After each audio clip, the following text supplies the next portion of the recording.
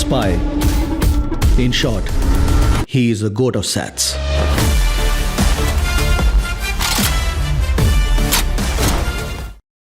போன ஜென்மத்துல நீங்க என்ன செஞ்சீங்களோ அதை பொறுத்து உங்களுக்கு இந்த பிறவி கொடுக்கப்பட்டிருக்கிறது. மறுபிறவி தத்துவம் வருகிறது அப்படிங்கிறதுக்காக திருக்குறள் இனிமே மாணவர்கள் மத்தியில போதிக்கப்படக்கூடாதா? அப்படியெல்லாம் யாரும் அப்படித்தானே சொல்றீங்க. அங்க இஷ்யூ எங்க இருந்து வருது? அந்த ஆசிரியர் எஞ்சி மறுபிறவி தத்துவத்தை நீ பேசாதங்கிற. நீங்க எல்லாம் என்ன கத்து கொடுத்துட்டீங்க, நீங்க எல்லாம் ஒண்ணுமே கத்து கொடுக்கலன்னு ஒரு ஆசிரியர்களை சொல்றது இருக்குல்ல. அந்த இடத்துல அதுவும் மாணவர்கள்ட்ட மொத்த ஆசிரியர் சமுதாயத்தை அசிங்கப்படுத்துற விஷயம் இல்ல. திருக்குறள்ல நீ ட்ரிகர் ஆவறனா நீ தமிழ்நாட்டுல இருக்க கூடாதுங்கற. நானு ஏன் திருக்குறள்ல நீ ட்ரிகர் ஆவற? தமிழ்நாட்டுல இருக்க கூடாது. ஆமா, திருக்குறள்ல நீ ஒத்துக்கல, கிளம்பி நீ ஆந்திராக்கு போ, ஓங்கோலுக்கு போ. ஏன் ஓங்கோல்ல திருக்குறளை எதிர்க்கறாங்களா?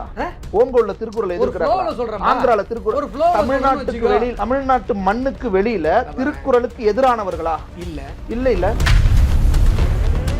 வானத்துல இருந்து நெருப்பு மலை மந்திரம் சொன்னா பொழியுமா? எந்த திருக்குறள்ல இருக்கு? திருக்குறள் நீங்க சொல்ற, நீங்க ஆதரிக்கிற ஒரு நபர் இத சொல்றாரு. நான் என்ன சொல்றேன்? முப்பிறவி பத்தி நீ ஏன் இங்க பேசுறேன்னு கேக்குறேன். என்னன்னாலும் அதுக்கு முன்னாடி பேசினாருன்னு பாத்தீங்களா இல்லையா? அதை சொல்லுப்பா. அதுதான் சார், பிறவியில நீங்க செஞ்ச கருமா தான் இன்னைக்கு நீங்க ஒரு ஏழையாவோ, நீ இன்னைக்கு ஒரு கருப்பாவோ, இல்ல நீங்க இன்னைக்கு உங்களுடைய இந்த நிலைமைக்கு காரணம் முற்பிறவியில நீங்க செஞ்ச விஷயங்கள் தான் சொல்றது சரியானதா? போன ஜென்மத்தில் நம்ம நல்லது பண்ணியிருந்தா பாஸ் ஆகுவோம், இல்ல ஒரு நல்ல வேலை கிடைக்கும், இல்லைன்னா இல்ல. அதுக்கு நான் எதுக்கு எதையாவது பண்ணிக்கிட்டுன்னு அவங்கள முடக்கி வைக்கிறது. அதுக்கு முற்பகல் செய்யும் பிற்பகல் விளையும் மட்டும்தான் அர்த்தமே ஒழிய, இந்த சாதியில பிறந்தால் நீ இந்த தான் செய்யணும், இதை தான் பண்ணணும், இதுக்கு மேல நீ முன்னேறக்கூடாதுன்றதுக்காக லாஜிக்கலி நீங்களே சொல்லுங்க. முற்பகல்ல ஏதோ செஞ்சனால தானே இந்த சாதி இந்த வேலையில இந்த நிலையில பிறகுறாங்க. தேவேந்திரன் தெய்வத்தால் ஆகாது, முயற்சி தான் மெய் வெறுத்த கூலி தரும். பாத்தீங்களா, உடனே வருது. அவ்வளவுதான் சார். தெய்வத்தாலேயே முடியலனா கூட என் முயற்சி ஒரு விஷயத்தை செஞ்சு முடிக்க வைக்கும். முயற்சி தான் அப்படிங்கும்போது விதியெல்லாம் இல்லை, என்னவா இருந்தாலும். அப்ப நாளைக்கு கடவுள் வாழ்த்துல இருள் சேர் இருவினையும் சாராவை எடுக்க சொல்லுவாங்க. திருவள்ளுவரோட நீ பெரிய பசங்களை நான் சொல்றேன், உன்னால படிச்சா நீ நல்ல இடத்துக்கு போலான்னு சொல்லி வளர்க்கணுமா? நீ இன்னைக்கு படிச்சாலும் சரி, படிக்கலினாலும் சரி, நீ என்ன பண்ணாலும் சரி, உனக்கு வந்து சேர்றதுதான் வந்து சேரும். அது போன ஜென்மத்துல நீ என்ன பண்ணியோ அதான் உனக்கு வரும்னு சொல்லி வளர்க்கணுமா? பள்ளியில ஒரு நபர் போய் ஒரு சொற்பொழிவு ஆற்றி இருக்கிறார். அது பெரும் சர்ச்சையாக்கி பள்ளி தலைமை ஆசிரியர் இடமாற்றம் செய்யப்பட்டிருக்கார். பல்வேறு நடவடிக்கைகளை தமிழ்நாடு அரசு மேற்கொண்டுட்டு வருது. நீங்க அந்த சொற்பொழிவுக்கு ஆதரவா சில பதிவுகளை இருக்கிறத பார்க்க முடிஞ்சது. உங்களுடைய பார்வை? என்னுடைய பார்வை, அந்த சொற்பொழிவாற்றிய நபர் யாருன்னு இதுக்கு முன்னாடி எனக்கு தெரியல. இப்போ கூட உங்களுக்கு முன்னாடி ஒருத்தர் நேர்காணல தான் அவருடைய பேர் எனக்கு விஷ்ணுன்னு சொன்னாங்க. ஆனா இருள் சேர் இருவினையும் சேரா இறைவன் பொருள் சேர் புகழ் புரிந்தார் மாட்டு, இந்த திருக்குறளை சொல்றாரு. திருக்குறள் சொல்லிட்டு அதுக்கு விளக்கம் சொல்றாரு. அப்போ ஒரு ஆசிரியர் எழுந்திருக்கிறாரு, 2 பேருக்கு நடுவில் வாக்குவாதம் ஏற்படுது. ஆனா அன்பில் மகேஷ் பொய்யாமொழி அவர்கள் இந்த விஷயத்த பிரஸ் மீட் கொடுக்கும்போது அந்த சொற்பொழிவாளர் ஏதோ பெரிய குற்றம் செய்தது போல பேசுறாரு. திருக்குறளை தமிழ் மாணவர்கள் மத்தியில போதிப்பது அவ்வளவு பெரிய குற்றம் ஆயிடுச்சா திராவிட மாடல் ஆட்சியில? இப்ப மறுபிறவி தத்துவத்தை பற்றி பேசுகிறது அப்படிங்கிறதுக்காக திருக்குறள் மாணவர்களிடம் இனிமே படிக்கப்படக்கூடாதா? சிலபஸ்ல இருந்து எடுத்துடணுமா? பிறவி பெருங்கடல் நீந்துவர் நீந்தார் இறைவனுடைய சேராதார் திருவள்ளுவர் சொல்றார். எழுபிறப்பும் தீயவை தீண்டா பண்புடை மக்கள் பெரியும், பழிவிறங்கா பண்புடை மக்கள் பெரியும். உனக்கு கல்யாணம் ஆகி குழந்தை பிறகுது, நல்ல பண்புடைய பசங்களை இந்த சமூகத்துக்கு நீ உன்னால வராங்க அப்படின்னு சொன்னா 7 ஜென்மத்துக்கும் உனக்கு தீயவை வராதுன்னு சொல்றாரு. இப்போ 7 ஜென்ம கான்செப்ட் சொல்றாரு. ஒருமையில் தான் கற்ற கல்வி ஒருவனுக்கு 7மையும் ஏமா புடைத்துன்றார். இந்த பிறவியில் நீ கற்ற கல்வி 7 பிறவிக்கும் வருங்கிறார். இப்போ அறத்துப்பால் முழுமையிலும் மறுபிறவி தத்துவம் வருகிறது. மறுபிறவி தத்துவம் வருகிறது அப்படிங்கிறதுக்காக திருக்குறள் இனிமே மாணவர்கள் மத்தியில போதிக்கப்படக்கூடாதா? அப்படியெல்லாம் யாரும் அப்படித்தானே சொல்றீங்க. அங்க இஷ்யூ எங்க இருந்து வருது? அந்த ஆசிரியர் எஞ்சி மறுபிறவி தத்துவத்தை நீ பேசாதங்கிற. இப்ப இவர் என்ன சொல்றாரு? எல்லாம் என்ன பேசிட்டு இருந்தாங்க, எல்லாம் அதுக்கப்புறம் என்ன பேசுறாங்க, எல்லாம் சேர்த்து தானே பார்க்கணும். என்ன பேசினாங்க நீங்களே சொல்லுங்க. வெறும் திருக்குறளை மட்டுமே சொல்லியே 2 விஷயம் அதுல பேசப்படுது. அந்த வீடியோல நான் பாக்குறேன். இருள் சேர் இருவினையும் சேரா அந்த திருக்குறள் 5வது திருக்குறள் அது கடவுள் வாழ்த்து. அதை பேசும்போது என்ன சொல்றாரு? மறுபிறவி தத்துவம் நீங்க ஏன் பேசுறீங்கன்றதா, மறுபிறவி பத்திலாம் நீங்க பேசாதீங்கன்னு சொல்றாரு. அதுதான் விஷயம். அந்த ஆசிரியர் சொல்றாரு, இவர் என்ன சொல்றாரு, அந்த சொற்பொழிவாளரை அவன் வென்றாரு, அவரு பெரிய தப்பு பண்ணிட்டாரு, அவனுக்கு அது பொண்ணு இது பொண்ணுன்னு இவர் பயங்கர இதுவா பேசுறாரு. யாரு? அமைச்சர் அன்பில் மகேஷ் பொய்யாமொழி. இவர் வந்து அந்த தலைமை ஆசிரியர் உடனடியாக தண்டிக்கப்பட்டு இப்போ வந்து டிரான்ஸ்ஃபர் செய்யப்படுறாங்க. இதெல்லாம் எதை காட்டுது? இப்ப திருக்குறள் தங்கத்தட்டில் வைத்த மலம் என்று சொல்லுகிற ஈவே ராமசாமியினுடைய பேச்சை இப்பொழுது வரை திமுக ஒத்துக்கொண்டிருக்கிறதா? தமிழ்நாட்டுல திருக்குறள் சொல்லி கொடுக்கிறதா? இல்ல சார், ஒரு மணி நேரம் பேசுறோம் நம்ம ஏதாவது ஒண்ணு, அந்த 1 மணி நேரத்துல ஏதோ ஒரு இடத்துல நீங்க எல்லாம் நல்லா இருங்க அப்படின்னு சொல்லிடுறோம். ஆனா மிச்சம் இருக்கிற ஒரு 40 நிமிஷத்துல, ஒரு மணி நேரத்துல இன்னொரு 40 நிமிஷத்துல நான் ஏதோ பேசிட்டேன், தப்பா பேசிருக்கேன். நீங்க சொல்ற உடனே இப்ப நான் டிஃபென்ஸுக்கு நீங்க எல்லாம் நல்லா இருங்கன்னு சொன்னது ஒரு தப்பா அப்படின்னு நான் கேக்குறது நியாயமா இருக்குமா? நீ 40 நிமிஷம் தப்பா பேசுனது எதிர்க்கு நீ சொல்றது கரெக்ட். அந்த மாதிரி திருக்குறளை பேசுனதெல்லாம் அங்க நீ சொல்றது திருக்குறள் ஏன்னா ஸ்கூல்ல சொல்லி கொடுக்குறாங்க. நீ அதான் நான் கேக்குறேன். 10 குறளா எல்லா வகுப்புகள்லயும் குறள் கடவுள் வாழ்த்து. எஸ், முதல் 10 குறள் கடவுள் வாழ்த்து கொடுக்குறாங்க. அதுலதான் நான் சொல்றேன் 12th வரைக்கும் தமிழ்ல திருக்குறள் கத்து கொடுக்குறாங்க. அதுதான் சொல்றேன். அதுலதான் நான் சொல்றேன் இருள் சேரி இருவினையும் வருது, பிறவி பிறகு. ஆமா சார், அப்ப திருக்குறள் பிரச்சனை இல்ல, அப்ப திருக்குறள் பிரச்சனை இல்ல. நான் சொல்றேன் வரேன் சார், நீங்க அதுக்குள்ளேயே அது இல்ல. ஒரு நிமிஷம். இப்போ தேவேந்திரன் வந்து ஒரு மேடையில பேசுறேன், 1 மணி நேரம் பேசுறேன். பேசி முடிச்சதுக்கு அப்புறம் நான் என்ன சொல்றேன், தம்பி பேசுறது எனக்கு உடன்பாடு இல்லைன்னு சொல்லி எதிர்கருத்து வைக்கிறேன். அப்படின்னா நீ சொல்ற உதாரணம் கரெக்ட். ஆனா நீ பேசும்போது குறிப்பிட்ட ஒரு குறிப்பிட்ட பாயிண்ட் பிரச்சனையே அதுல அது மட்டும் தான். நீங்க அப்படி இல்ல, அதுதான் பிரச்சனை இல்ல சார். அன்பில் மகேஷ் பொய்யாமொழி என்ன சொல்றாரு, எங்க வாத்தியாரை பத்தி நீ எப்படியா கேள்வி கேட்ப? ஆமா சார், நீங்க எல்லாம் என்ன கத்து கொடுத்துட்டீங்க, நீங்க எல்லாம் ஒண்ணுமே கத்து கொடுக்கலன்னு ஒரு ஆசிரியர்களை சொல்றது அந்த இடத்துல, அதுவும் மாணவர்கள்ட்ட இவங்க எல்லாம் உங்களுக்கு என்ன சொல்லி கொடுத்துருக்காங்க, என்னையும் சொல்லிக் கொடுக்க மாட்டாங்கன்னு சொல்றது. அப்ப ஆசிரியர்கள் மொத்த ஆசிரியர் சமுதாயத்தை அசிங்கப்படுத்துற விஷயம் இல்ல. இதே தானே பொன்முடி பண்ணாரு, அப்பயே நீ கொதிக்கல. டைவர்ட் பண்ணவனா சார், இந்த இதுக்குள்ள வரலாம். பொன்முடி இதே ஆசிரியர்களை அசிங்கப்படுத்தியிருக்காரு, அதுவும் மாணவர்கள் மத்தியில. பொன்முடி இதே மாதிரி மாணவர்கள் மத்தியில இது கூட தெரியாம என்ன நீங்க பொலிட்டிக்கல் சயின்ஸ் நடத்துறீங்க வாயா போயான்னு பேசினாரு. அதுக்காக பதிலுக்கு பேசிடலாமா? யாரு பேசுறதோ ஆதரிச்சிடலாமா? அப்ப பொன்முடி பேசுறது சரியா தப்பா? எல்லாரும் பேசலாம். பொன்முடி எல்லாரும் பேசணும், அஸ்வத்தமன் ஆதரிப்பார். பொன்முடி பேசியது சரியா தவறா? ஆக எல்லாரும் பேசணுமா? பொன்முடி பேசியது சரியா தவறா? ஆக எல்லோரும் பேசணுமா? பொன்முடி பேசியது சரியா தவறா? கேள்வி இதுதான். ஆக எல்லாரும் என்ன சொல்றேன் தெரியுமா? பொன்முடி பேசியதும் தவறு. இந்த ஒரு குறிப்பிட்ட பாயிண்ட் இருக்குல்ல, ஒரு ஆசிரியரை அவமானப்படுத்தியதாக, மாணவர்கள் மத்தியில் அவமானப்படுத்தியதாக நீங்க கருதுறீங்க அப்படின்னு நீங்க கருதலையா? வரேன், நீங்க கருதலையா? இல்ல, எனக்கு அதுல மாற்று கருத்து இருக்கு. அதான் என்ன மாற்று? கருதியதாக இருந்தால் அதுவும் தவறு. ஏன்னா குரு என்பவர்கள் மதிக்கப்பட வேண்டும் என்பது என்னுடைய கொள்கை. சோ இப்ப ஒரு டிபார்ட்மெண்ட் ஹெட், ஆனா அமைச்சர், ஆனா நான் தேர்ந்தெடுக்கப்பட்ட அமைச்சர், அந்த துறைக்கு அவர் சொல்றாரு, என் இடத்துக்கு வந்து நீங்க எப்படி இப்படி பேசிட்டு போயிட முடியும், நான் நடவடிக்கை எடுப்பேன்றாரு. ஏன்னா ஒரு பள்ளிக்கு வந்து பள்ளி ஆசிரியர்களை, பள்ளி நிர்வாகம், அவர் என்ன சொல்றாருன்னா ஒரு குற்றச்செயல்ன்ற மாதிரி சொல்றாரு சார். அது எந்த செயல் அது சார்? ஒரு நீங்க ஒரு டிபார்ட்மெண்ட் ஹெட், உங்க டிபார்ட்மெண்ட்டை பத்தி உங்க டிபார்ட்மெண்ட்டுக்குள்ள வந்து அந்த டிபார்ட்மெண்ட்டை கொலாப்ஸ் பண்ற மாதிரி ஒரு விஷயத்தை ஒருத்தர் சொல்றாங்கன்னா நீங்க அஃபென்ஸ் இதுல வருது. பாரதிய நியாய சட்டத்துல எந்த பிரிவுல இது வருது? பாரதிய நியாய சட்டம், ஓகே, அது இன்னொரு வாதம். அழகா தமிழ்ல தானே சொல்றேன். பாரதிய நியாய சட்டத்துல இது எந்த பிரிவின் கீழே வருது?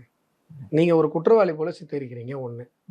ரெண்டாவது, இங்க வருகிற விமர்சனங்கள் எல்லாமே மறுபிறவி தத்துவத்தின் மீதான விமர்சனங்கள் இல்ல சார். அது நீங்க மறுபடியும் தேவேந்திரன் சொல்ற இந்த விமர்சனத்தை நான் தேவேந்திரன் வாயில தான் முதல் தடவை கேட்கிறேன். நான் பார்த்த வரைக்கும் சமூக வலைதளத்துல விமர்சிக்கிறவங்க எல்லாமே அன்பில் மகேஷ் பொய்யாமொழி அவர்கள் உட்பட அவர்கள் விமர்சிக்கிறது எதுல ஆரம்பிக்கிறாங்க அப்படின்னு சொன்னா, மறுபிறவி தத்துவத்தை நீங்க பேசக்கூடாது, அதுவும் விமர்சிக்கிறாங்க. நான் கேட்பது மறுபிறவி தத்துவம் ஒரு 10 விஷயத்துல விமர்சிக்கிறாங்க, அந்த 10 விஷயத்துல இதுவும் ஒன்று. இந்த ஒரு விஷயத்தை தான் நான் விமர்சிக்கிறேன். புரியுது? அப்ப மிச்சம் 9 விஷயத்துல எனக்கு நோ ப்ராப்ளம். ஏன்னா அந்த பர்சனை டிஃபெண்ட் பண்ணல, அந்த கருத்தை தான் டிஃபெண்ட் பண்றேன். ஏன் நான் இதை டிஃபெண்ட் பண்றேன் அப்படின்னு சொன்னா, வள்ளுவன் தன்னை உலகனுக்கே தந்து வான்புகழ் கொண்ட தமிழ்நாடுங்கிறான் பாரதி. வள்ளுவன் தான் நம்முடைய பெருமை. அதே பாரதி வள்ளுவரை தவிர்த்து விட்டு தமிழ் மாணவர்களுக்கு என்னத்த சொல்லி கொடுக்க போறீங்க? ஒண்ணுமே முடியாது.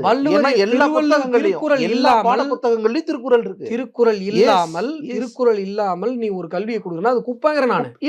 என்னுடைய தமிழ் சமூகத்தினுடைய, நான் ஒண்ணும் இல்ல, 3 நாளைக்கு முன்னாடி மோடி வந்து சிங்கப்பூர் போறாரு. திருவள்ளுவர் சர்வதேச மையம் உலக நாடுகள் அத்தனையிலும் ஆரம்பிக்கப்படணும்னு சொல்லி சிங்கப்பூர்ல அதனுடைய முதல் மையத்தை துவக்குவதற்கான நடவடிக்கை எடுக்கிறார். அதுக்கு முன்னாடி மலேசியா போறாரு, தமிழுக்கு ஒரு இருக்கையை அமைத்து கொடுத்தார். நியூயார்க் ஐநாலே போய் பேசியிருக்காரு. எஸ், உலகம் முழுவதும் அதிகமாக மொழிபெயர்ப்பு செய்யப்பட்ட புத்தகம் இது. பைபிள், குரான், முதல்ல குரல் இல்ல, Yes. முதல்ல பைபிள், Yes. ரெண்டாவது திருக்குறள். ம். என்னுடைய Yeah. எனக்கு கிடைச்ச என்னோட Right, இன்ஃபர்மேஷன் right, சரியா right, இருந்தா right, sir, right. அடுத்து ஒருவேளை திருக்குறான் இருக்கலாம். பட் ஃபர்ஸ்ட் வந்து பைபிள், ரெண்டாவது வந்து திருக்குறள். Yes. பைபிள் டிரான்ஸ்லேஷன் பண்றதுக்கு மிஷினரிஸினுடைய ஃபண்ட் பெரிய அளவுல இருக்கு. Right, sir. பட் திருக்குறளுக்கு யாருமே ஸ்பான்சர் பண்ண வேண்டிய தேவையில்லை. தன்மார்வலர்களாக உலகம் முழுமையும் மனிதகுலம் அந்த புத்தகத்தை உலக பொதுமுறை சார், அது அப்படிதான் இருக்கணும். உலகம் Yes. முழுவதும் மொழிபெயர்த்து வைத்திருக்கு. ம்.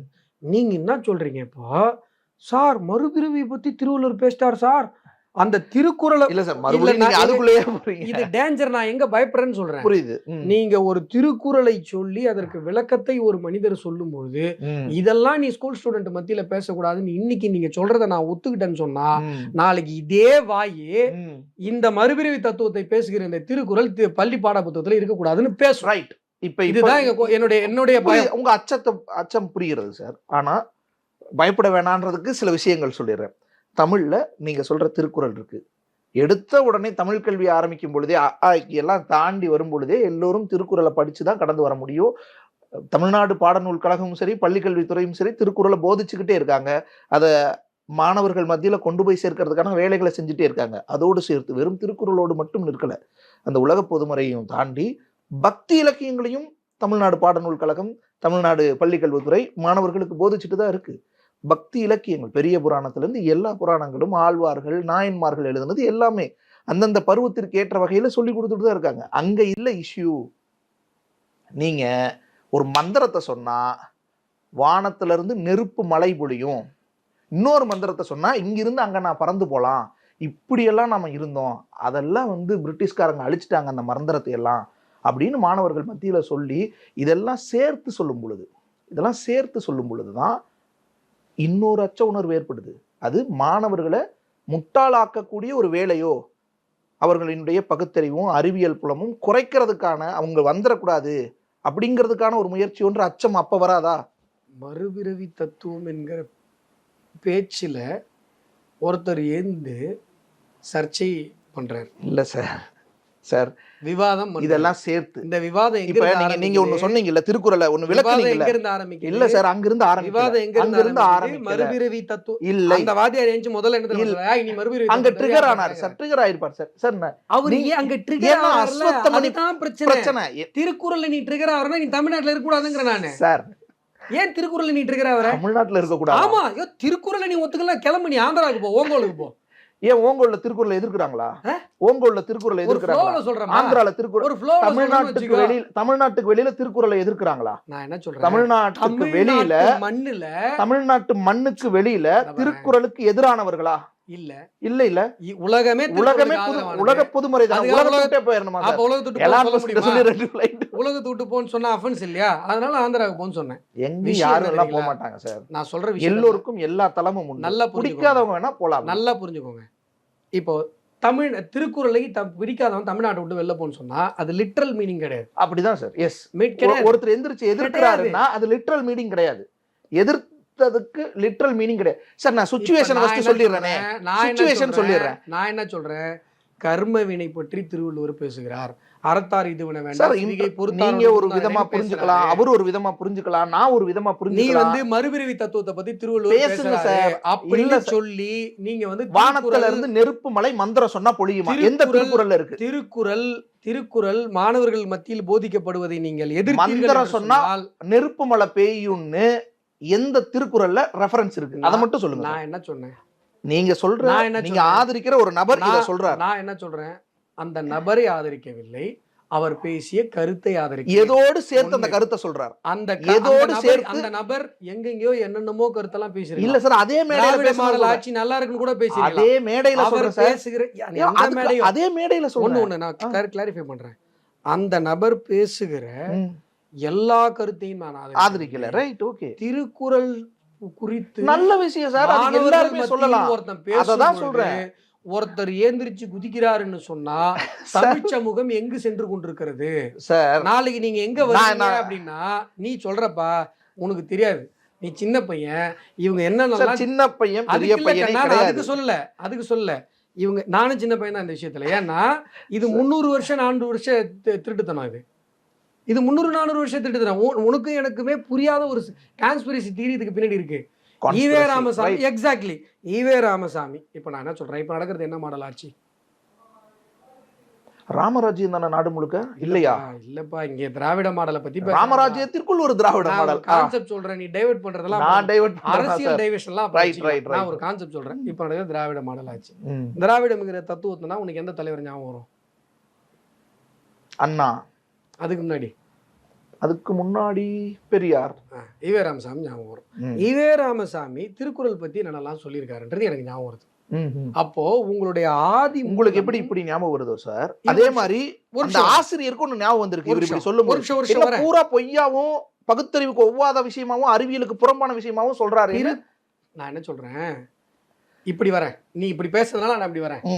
நீ சொல்ற அந்த என்ன சொல்றது, மந்திரம் சொன்னா நெருப்பு மழை பொழியும், மழை பொழியும், ஏதோ ஒரு ரெஃபரன்ஸ்ல இந்த கருத்துல என்னுடைய உடன்பாடு அதெல்லாம் அப்புறம் வச்சிருவோம்.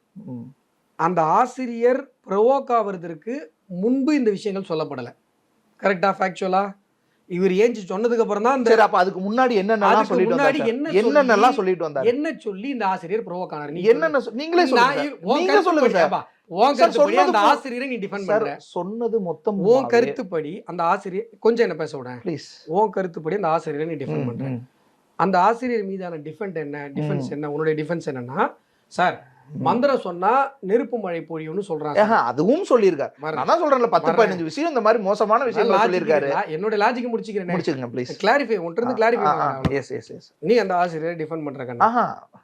நீங்க டிஃபெண்ட் ஏன் பண்றீங்கன்னு கேட்டுட்டு இருக்கேன். இப்படி ஒரு ஆங்கிள் இருக்கேன்னு சொல்லிக்கிட்டு இருக்கேன். இப்படியே வச்சு ரைட் ஓகே. ஆசிரியரை டிஃபெண்ட் பண்றேன். இதெல்லாம் நான் டிஃபெண்ட் தானே பண்ணேன்.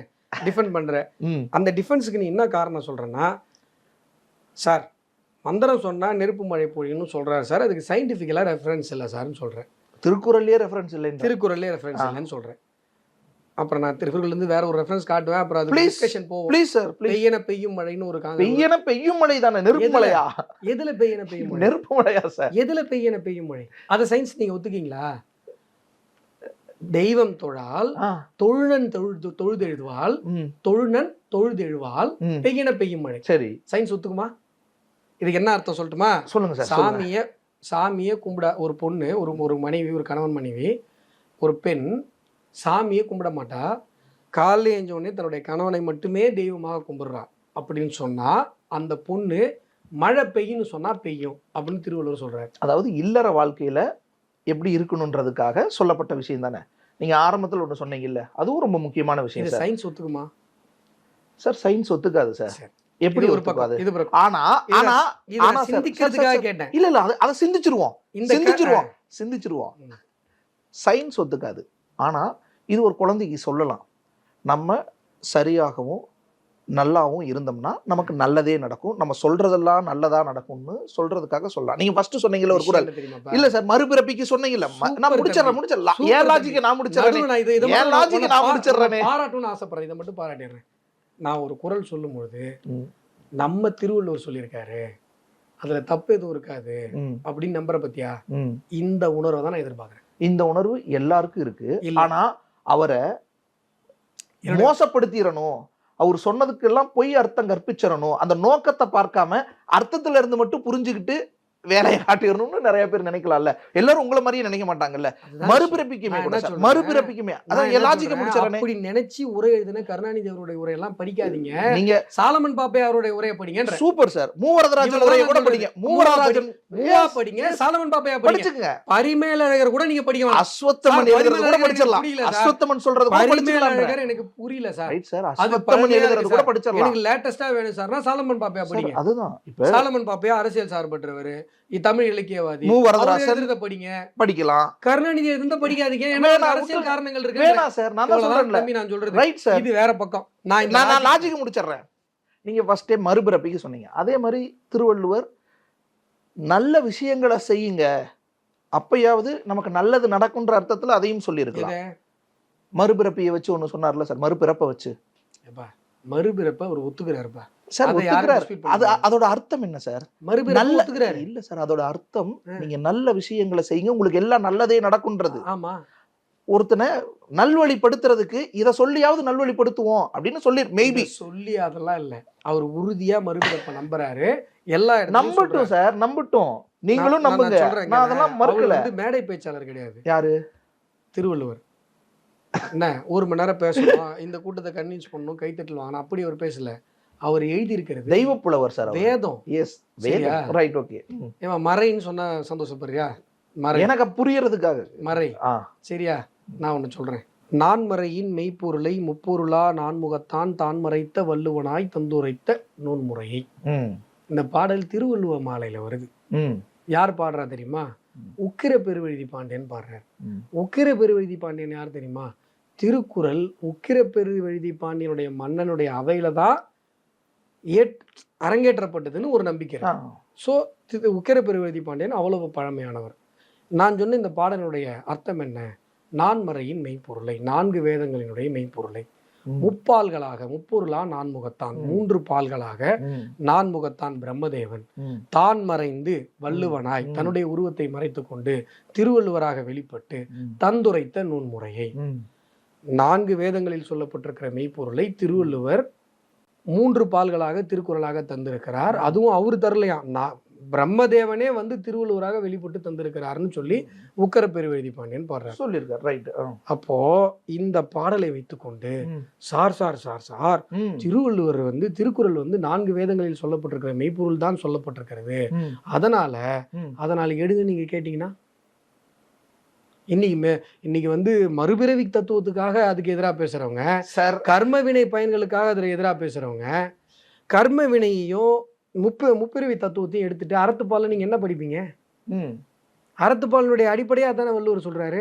ஸோ திருக்குறள் எல்லாத்தையும் கற்பிச்சிடணும், எல்லாத்தையும் சொல்லலாம், எல்லாருக்கும் சொல்லலாம்.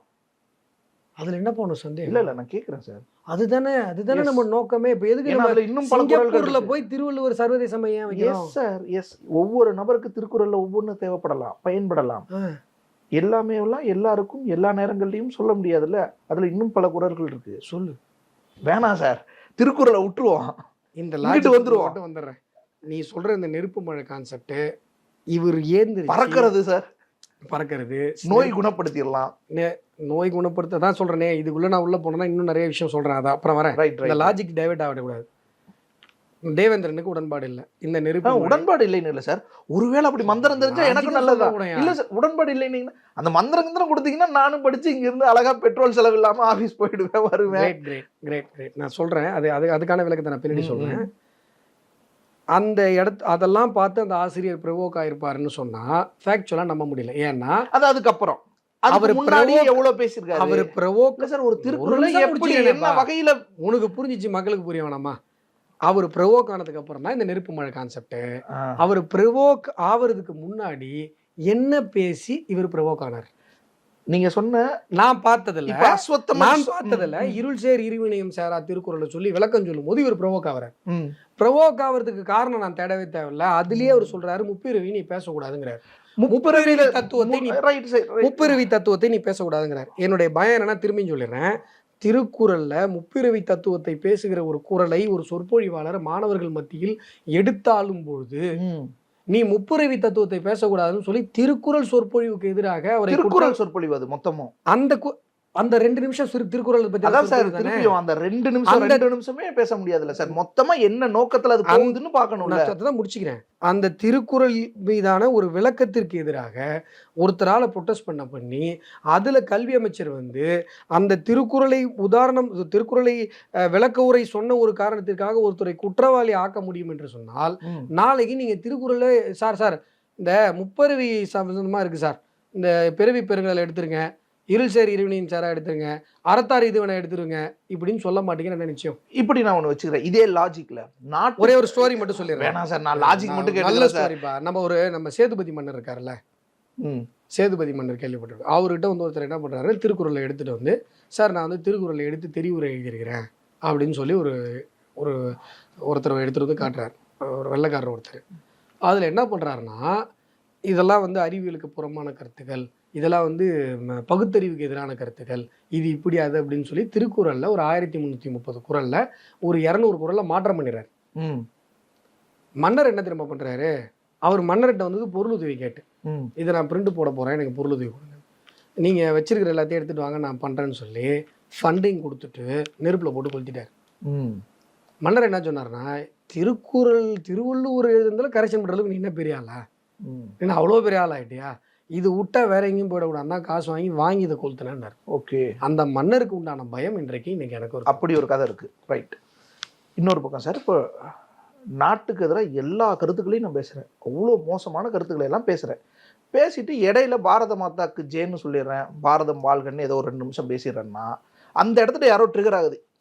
நீங்களே கூட ட்ரிகர் ஆகி, இன்னும் நீ என்ன இப்படி பேசுறது, நீ வந்து யாருன்னு எனக்கு தெரியும், நீ வந்து எப்படி பேசியிருக்கேன்னு எனக்கு தெரியும், நீ எனக்கு எப்படி பேசியிருக்கேன்னு தெரியும், நீ என்ன நோக்கத்துல பேசுறேன்னு தெரியும், அதனால நீ வந்து இந்த மாதிரி எல்லாம் சொல்லாதேன்னு சொன்னா அது வந்து பாரத மாதாக்கு ஜெய சொல்ற ஒருத்தனை எதிர்க்கிறதா பொருள் ஆயிடுமா என்ன? கரெக்ட். பதில் சொல்லவா ப்ளீஸ்? குறிக்கிட மாட்டியே, நீ பேசுற கண்ணா, இல்லை நானே பேசுறேன்பா. நான் பாரத மாதா வாழ்க, இது பாரத் மாதாக்கு ஜெய் வந்தே மாதரம்னு சொல்றேன்னு வச்சுக்கோ. நீ ஏஞ்சி சார் நீங்க வந்து இதெல்லாம் முன்னாடி பேசுறீங்க, தேசத்துக்கு இப்ப பேசிட்டு இருந்தீங்களே, இப்படியே ஃப்ளோலயே பேசிட்டு எல்லாம் சொல்லி நீ எதிர்த்தனா நீ சொல்றது லாஜிக். நீ ஏஞ்சி வந்தே மாதரம் நீங்க எப்படா சொல்லுவேன்னு கேக்குறேன். அப்படிதானே அந்த வீடியோ நீங்களே மறுபடியும் பாருங்க சார். அப்படிதானே கேக்குறாரு வீடியோவை நீங்களும். நான் இப்ப அந்த ஆசிரியர் என்ன கேக்குறாரு, முப்பிரிவை பத்தி நீ ஏன் இங்க பேசுறேன்னு கேக்குறாரு. சார் அதான் சார், அதுல நிறைய கட்டாய் கேட்டிருக்கோம், உங்களுக்கே பாத்துருந்தீங்கன்னா தெரியும். அந்த வார்த்தை கேக்குதா இல்லையா? கேக்குது.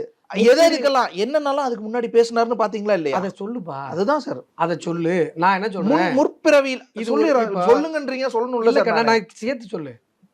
நம்ம இருக்கிற ஃபேக்ட் வச்சு தான் நம்ம பேச முடியும். ஆமா ஆமா. என்கிட்ட இருக்கிற ஃபேக்ட்ல அந்த வாத்தியாரு முப்பிரிவை பத்தி நீ பேசக்கூடாதுன்னு சொன்னது என் காதுல தெளிவா விழுது. அது மட்டும் விழுந்துருச்சு. அது மட்டும் தான் தெரியும். அதுக்கு முன்னாடி என்ன? சரி, அதுக்கு நான் என்னன்னு சொல்லிடுறேன். அதுக்கு முன்னாடி உன் காதுல வேற ஏதாவது விழுந்து சொல்லிடுறேன். அது கன்வின்சிங்கா இருந்தா என்ன கன்வின்ஸ் பண்ணு. கன்வின்சிங்லாம் ஒண்ணும் இல்ல சார்.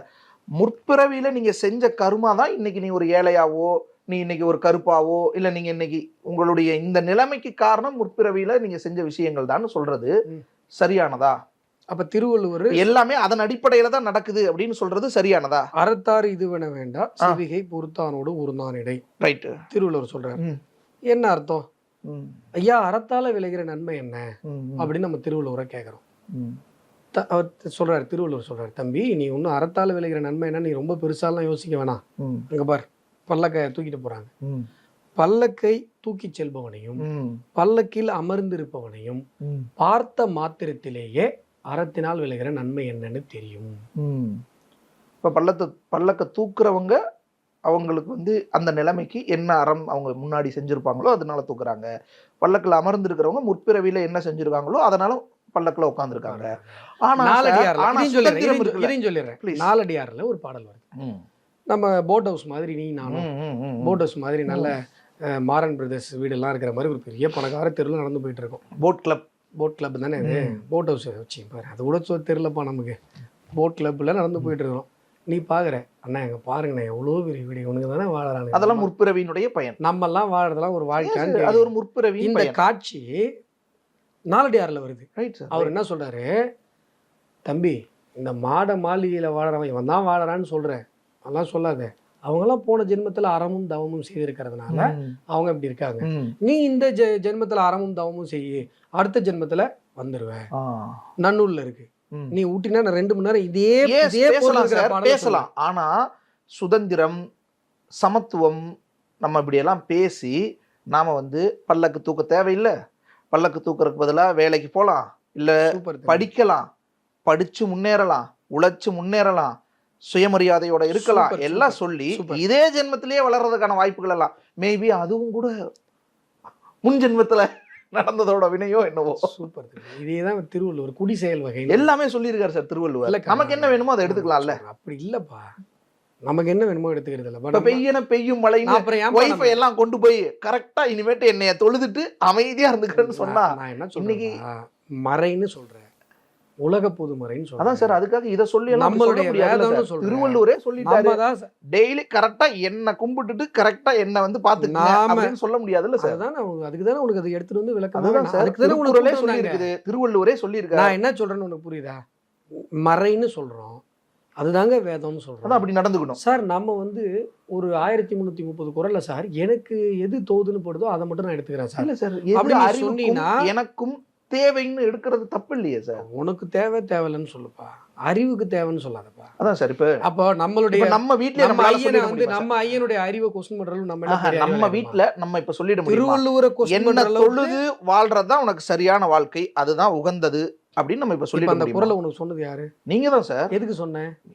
கவுண்டர் பண்றதுக்காக இதுக்கு சொன்னீங்க. தான்ப்பா சொன்னேன். அதான் சார். நான் உன்கிட்ட கேட்ட கேள்வியே 2 கொஸ்டின் கழிச்சு திருப்பி நீ என்கிட்ட கேக்குற. கரெக்ட் தான் சார். எப்ப கேட்டா என்ன, தெரிஞ்சுக்கிட்டா கேக்குறது தானே. நான் என்ன கேட்ட சொல்றேன்னா, வேண்டியதா, பதில் வந்தா போதும்ல. நான் என்ன சொல்றேன்னா, என் இஷ்டத்துக்கு நான் எடுத்துப்பேன், அது கூட உன்னுடைய விருப்பம், அது கூட உன் விருப்பம். ஆனா சார் இந்த திருக்குறள்ல எனக்கு ஒவ்வாதது நீ சொல்லு, நான் ஒத்துக்கிறேன். அறிவுக்கு ஒவ்வாததெல்லாம் சொல்லாதப்பா.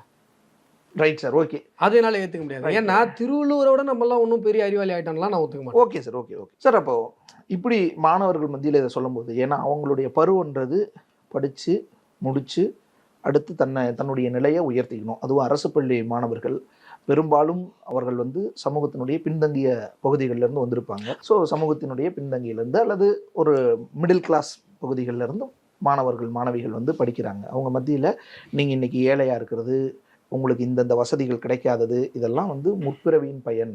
இப்போ நடக்கிற ஒவ்வொரு விஷயமும் நீங்கள் முன்ஜென்மத்தில் ஏதோ செஞ்சு அதனுடைய பலன் அப்படின்னா, நாளைக்கு சரி படித்து மட்டும் என்ன ஆக போகிறோம், போன ஜென்மத்தில் நம்ம நல்லது பண்ணியிருந்தா பாஸ் ஆகுவோம், இல்லை ஒரு நல்ல வேலை கிடைக்கும், இல்லைன்னா இல்லை, அதுக்கு நான் எதுக்கு எதையாவது பண்ணிக்கிட்டுன்னு சோர்ந்து போகிறதுக்கு அவங்கள முடக்கி வைக்கிறதுக்கான ஒரு வேலை திட்டமாக இது அமைஞ்சிருது இல்லை. அப்ப யாரோ இந்த 1000 பேர்ல ஒரு 4 பேர் அப்படி ஆனா கூட அது ஆபத்து தானே. இப்ப இங்கதான்ப்பா நீங்க தப்பு பண்றீங்க. உங்க கேள்வியுடைய முதல் பார்ட் நியாயமானது. 2வது பார்ட் என்ன பண்றீங்கன்னா, திருவள்ளுவர் அந்த குற்றவாளி, திருவள்ளுவரையே நான் கொண்டு வரல சார், ஒரு நபர் பேசுனத சொல்றேன். நான் என்ன சொல்றேன்பா, திருக்குறள் இத தெளிவா பேசுதுப்பா. நீங்க இப்ப என்ன சொல்றீங்கன்னா, திருக்குறளையே எதிர்த்துரு, ஏன் போய் மகாவிஷ்ணுவை பேசிட்டு இருக்க, அந்த பையனை விட்டுருப்பா, நேரா திருக்குறளுக்கு வா, திருவள்ளுவர் சொன்னதான் அவன் சொல்றான், அப்ப திருவள்ளுவரையே எதிர்த்துருன்னு கேக்குறீங்க. பொதுமறையை எழுதினவர், தெய்வ புலவர், அவரை விட்டுருங்க. இன்னைக்கு திருக்குறளை சொன்னவன ஒருத்தனை குற்றவாளி கூண்டுல நிறுத்துற நீ, நாளைக்கு திருவள்ளுவரை நிறுத்த மாட்டேன்னு கேட்குறேன்.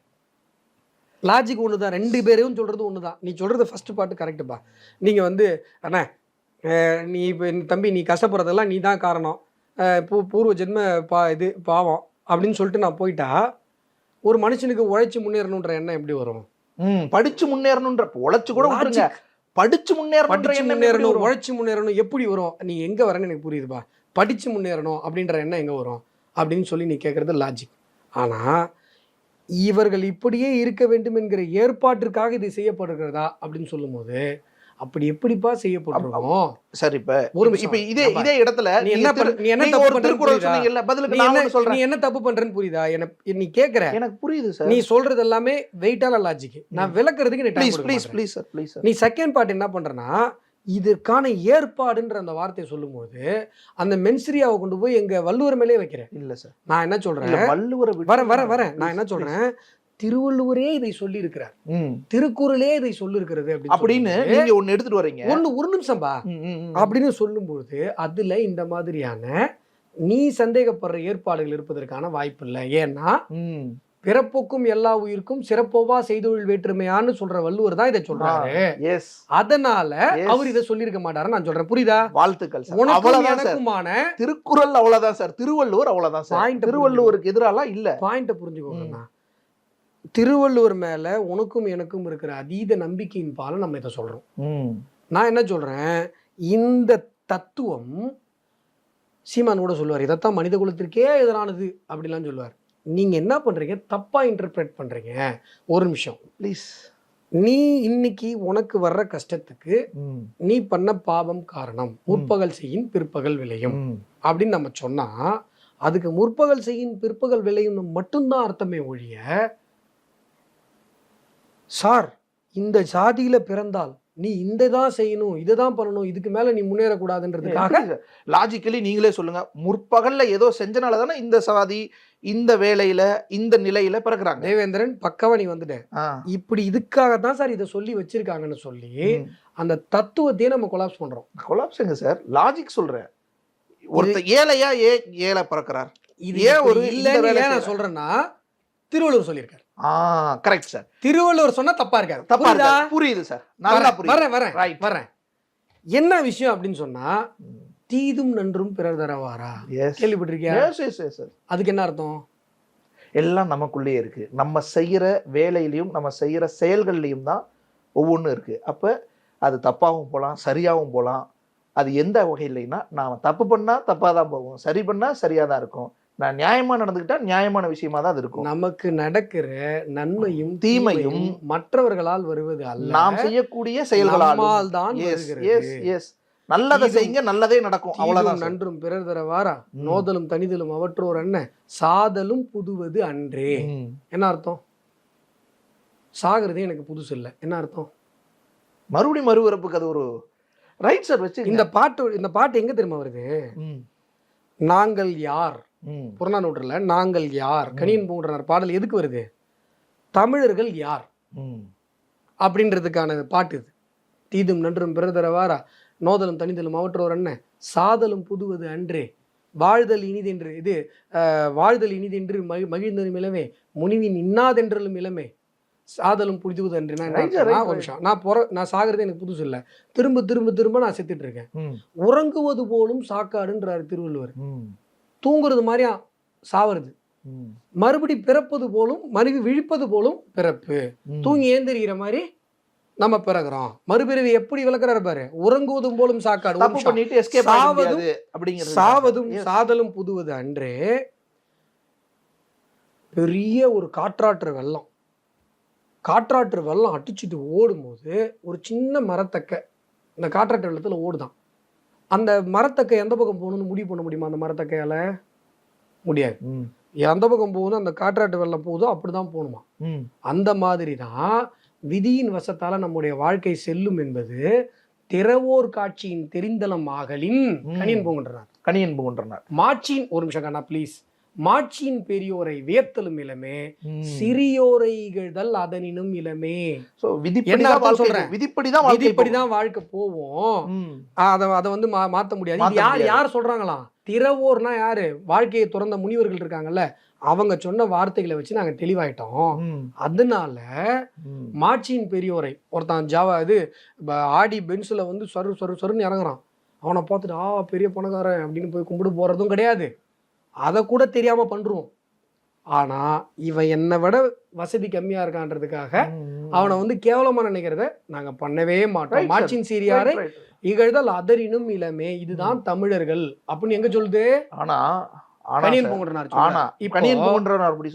இப்ப இதுல வந்து வள்ளுவர் இருக்காருல்ல சார், வள்ளுவர் தான் உறங்குவதும் போலும் சாக்காடுங்கிறாரு. அவர்தான் சார். அவரே இன்னொன்னு சொல்லியிருக்காரு. அவரே இன்னொன்னு சொல்லியிருக்காரு, தெய்வத்தால் ஆகாது முயற்சி தான் மெய் வெறுத்த கூலி தரும். பாத்தீங்களா, உடனே வருது. அவ்வளவுதான் சார். தெய்வத்தாலேயே முடியலனா கூட என் முயற்சி ஒரு விஷயத்த செஞ்சு முடிக்க வைக்கும், முயற்சி தான். அப்படிங்கும் போது விதியெல்லாம் இல்ல, என்னவா இருந்தாலும். அப்ப முற்பிறவியோ இதெல்லாம் இல்ல. இதுதான் மாணவர்களுக்கு நீங்க தப்பு பண்றீங்க. இல்ல இல்ல, முற்பிறவியில நான் என்ன சொல்றேன், உறங்குவது போலும் தெய்வத்தால் ஆகாது எனினும். கரெக்ட் தம்பி, நான் என்ன இல்லனாப்பா சொல்றேன். அதுதான் சார். அப்ப மாணவர்களுக்கு எந்த குறளை சொல்லணும்? சரி கண்ணா, மாணவர்களுக்கு நாளைக்கு எக்ஸாம் எழுத அதெல்லாம் நீ உன் இஷ்டத்துக்குலாம் திருக்குறள் எடிட் பண்ண முடியாது சார். எடிட் அப்ப நாளைக்கு வந்து என்ன பண்ணுவ? இப்ப தெய்வத்தால் ஆகாது எனினும் எடிட்டடா வரேன். தெய்வத்தால் ஆகாது எனினும் எடிட்டடா எங்க வரேன்னு சொல்றேன் கேளு. நாளைக்கு கடவுள் வாழ்த்துல இருள் சேர் இருவினையும் சாராவை எடுக்க சொல்லுவ நீ. ஐயோ சார், ஏதோ சொல்லணும்னு நீ என்ன முடிவு பண்ற? திருவள்ளுவரோட நீ பெரிய நம்ம பசங்களை நான் சொல்றேன், உன்னால படிச்சா நீ நல்ல இடத்துக்கு போலான்னு சொல்லி வளர்க்கணுமா? நீ இன்னைக்கு படிச்சாலும் சரி படிக்கலினாலும் சரி, நீ என்ன பண்ணாலும் சரி, உனக்கு வந்து சேர்றதுதான் வந்து சேரும். அது போன ஜென்மத்துல நீ என்ன பண்ணியோ அதான் உனக்கு வரும்னு சொல்லி வளர்க்கணுமா? எதை சொல்லி வளர்ப்போம்? ரெண்டுத்தையும் சொல்லி வளர்க்கணும். Very good sir. ஏன்னா திருவள்ளுவர் ரெண்டுத்தையும் சொல்றேன். ரெண்டுமே சொல்ல அவன் என்ன நினைப்பான்? அவன் தப்பு பண்றதுக்கு பூரா போன ஜென்மத்துல ஏதோ பண்ணிட்டோம் போல, அதுதான் இப்படி தப்பா நடக்குதுன்றான். நல்லது நடக்கிறதுக்கெல்லாம் என் முயற்சி தான்றான். இதை நம்மளே கெடுக்க கூடாது. நீ ஒரு வார்த்தை சொன்னல, ஏதோ காமெடியா சொன்னேன். ஆமா சார். இந்த டைலாக நீயே போய் வீட்டுல இந்த வீடியோ பார்த்து பாரு, எவ்வளவு பெரிய தத்துவத்தை நீயே தெரியாம உனக்கு சொல்லிட்டேன்னு புரியும். நம்ம வாழறதுக்கு இதுதான் வழி. நமக்கு கஷ்டம் வரும்பொழுது அடுத்தவன் மேல நமக்கு கோவப்படாம, இவன் நமக்கு இந்த பண்ணிட்டான், அவன் நமக்கு அதை பண்ணிட்டான், இந்த மேனேஜர் நமக்கு இது பண்ணிட்டாரு, இந்த கலிக் நம்மள காலி பண்ணிட்டாருன்னு நினைக்காம, இது எல்லாமே தீதும் நன்றும் பிறர் தர வர நம்மளாலதான் வந்து ஒரு நிமிஷம் நம்மளாலதான் வருதுன்னு நினைக்கிறதும். ஆனா நம்முடைய விதி எப்படி இருந்தாலும் நம்முடைய முயற்சியினால் அதை மாற்ற முடியும். அந்த நம்பிக்கையை மாணவர்களுக்கு கொடுக்கணும். நினைப்பதும் ஒருவன் வாழ்வதற்கான சிறந்த வழி. இப்போ இந்த கேள்விக்கான விடை இருக்குல்ல, ஏம்பா எல்லாம் மனுஷங்க தான். ம். நீ சொல்றல்ல, ஒருத்தன் கோபாலபுரத்துல சிஎம் உடைய பையனா பிறந்த ஒரே காரணத்துக்காக சிஎம் ஆகிறதுக்கான வாய்ப்புல வந்து இருக்கான். ம். இன்னொருத்தன் ஏதோ ஒரு சாதியில பிறந்ததுக்காகவே ஒரு உயர் இடத்துல போக இருக்கிறவங்க முடியாம இருக்காங்க. இருக்கலாம். உயர் இடத்துலயே இருந்துட்டு இருக்கிறவங்களும் இருக்காங்க. இருக்கலாம். yes. இதெல்லாம் முன்ஜென்மம் தான் அப்படின்னா அதெல்லாம் உடைக்கிறதுக்கு நம்ம முயற்சி கூலி தரும். அவ்வளவுதான் அவ்வளவுதான் விஷயம். அவ்வளவுதான். ஆனா இதெல்லாம் அவ்வளவுதான். முன்ஜென்மன்றது லாஜிக். அந்த லாஜிக்ங்கிறதெல்லாம் என்ன ஒண்ணுமே தெரியுமா? இல்ல. நம்ம தேவேந்திரன், நான் முயற்சி, சொல்றது நம்ம எல்லாம் உழைப்பு. கரெக்ட். எஸ். நான் என்ன Yes. சொல்றேன்னா, இந்த முன்ஜென்மம்ன்றத வெறும் ஜாதிக்குள்ள டப்பாக்குள்ள மட்டும் அடைக்கிறதுன்றது திருவள்ளுவர் சொல்ற கான்செப்ட்ல இருந்து நம்ம வெகு தூரம் போய் திருவள்ளுவரை குற்றவாளி கூண்டில் நிறுத்துறதுக்கான வழி திருவள்ளுவரே சரியா புரிஞ்சுக்காம பண்ற திருட்டுத்தனம். வேலையாயிடும். இது நீ நினைக்கிற அது- மாதிரி அது இது பெரிய- நீ இன்னைக்கு பேசல. ஈவேராம் சாமி ஆரம்பிச்சு பேசின எது சார் தெய்வத்தால் ஆகாதே நின்னு முயற்சி தன்மை இல்லப்பா. அவர் சொல்லி கொடுத்தாரு. இல்ல கண்ணா, திருக்குறள் தான் சார் அது. நான் சொல்ற கான்செப்ட் பா. நீங்க வந்து இதை சொல்றீங்கல்ல, அறத்தார் இது வேண வேண்டாம் சிவிகை பொறுத்தானோட ஊர்தான் இடையே சார், அவன் அனுபவிக்கிறதுக்கு அவன் தான் காரணம்னா இந்த ஜாதியில பிறந்ததுக்கு அவன் தான் காரணம்னு சொல்றான் அப்படின்னு சொன்னா அதெல்லாம் ஒத்துக்காத, அதை எதிர்த்து நில்லு. நம்ம முயற்சி, நம்ம படிப்பு, நம்ம உழைப்பு நமக்கு வேலை தரும், நமக்கு கூலி தரும், நம்ம உயரலாம். அந்த மாதிரியான பிரிவினை பேசுறதெல்லாம் முன்ஜென்மம் அது இது யார் வந்தாலுமே நம்ம நிப்போம், எதிர்த்து அதை உடைப்போம், அதை சரி செய்வோம். யார் சொன்னா? நான் தேவேந்திரன் அப்படி சொல்லலாமான்னு கேக்குறேன். தேவேந்திரன் இல்ல சார், அப்படிதானே இருக்கணும். அதுதானே நமக்கு அதுதான்ப்பா இந்த சொல்றேன். ஏற்றத்தாழ்வுலாம் இல்லைங்கிறத நம்ம அரசியலமைப்பு. ஐயே, நீ இந்த குரலை ஏன்பா ஏற்றத்தாழ்வோடு, நான் என்ன சொல்றேன்னு புரியுதா? ஏற்றத்தாழ்வோட கனெக்ட் பண்ண வேணாம்ப்பா. இது அது இல்ல. ஓகே. நான் பைக்ல போயின்னு இருக்கேன், எனக்கு ஆக்சிடென்ட் ஆகுது. இதுல சாதி எங்க இருந்து வந்தது? வெங்காயம் வெள்ள இதெல்லாம் முற்பகல் தான். ஆமா. எதுவும் நல்ல கால் கையோட போறான், நல்ல கால் கையோட போறான், ஒருத்தருக்கு ஆக்சிடென்ட் ஆகுது, கை போகுது, அவன் யார நொந்துப்பான்? யார நொந்துக்கணும்? விதியை நொந்துப்பான். இல்ல சார், கர்மா சாலையை நொந்துக்கணும், சாலை பாதுகாப்பு நொந்துக்கணும், தன்னோட செயலை நொந்துக்கணும். அதை இன்னொருத்தருக்கு முன்னுதாரணமாக்கி ஒழுங்கா வண்டியை ஓட்டுங்க, மத்தவங்களை ஒழுங்கா ஓட்ட சொல்லுங்கன்னு சொல்லணும். செயலை நொந்துக்கிட்டு முன்ஜென்மத்தை நொந்துக்கிட்டு கம்முன்னு வீட்டுல இருக்க கூடாது. இல்ல சார், நியாயமா? வீட்டுல இருக்கிறது இல்ல இல்ல சார், அது அப்படி மடைமாத்திர கூடாது. நீ எந்த தப்புமே பண்ணாம உனக்கு எந்த தப்புமே வாழ்க்கையில் நடக்கலையாப்பா? ஓப்பனா சொல்லுப்பா. சும்மா கேமரான்றதுக்காக எதுதோ பேசக்கூடாது. தேவேந்திரன் என்கிற ஒரு தனி தம்பியோடைய வாழ்க்கையில நீ எந்த தவறும் செய்யாம உனக்கு ஒரு தப்பு நடக்கலையா? இல்ல சார், பிறரின் தவறுகளால் கூட தவறு நடந்திருக்கா? எல்லாரும் சரியாகணும்ன்றத பேசுறதானே சரி. அதுதான் தம்பி, நல்லா புரிஞ்சுக்கோ. பிறருடைய தவறுன்னு சொல்லி நீ நினைக்கும் போது உனக்கு அந்த வந்து என்ன ஆகும்? இன்ஃபீரியர் ஃபீல் வரும். ரைட் சார், புரியுதா? வெஞ்சன்ஸ் வரும்.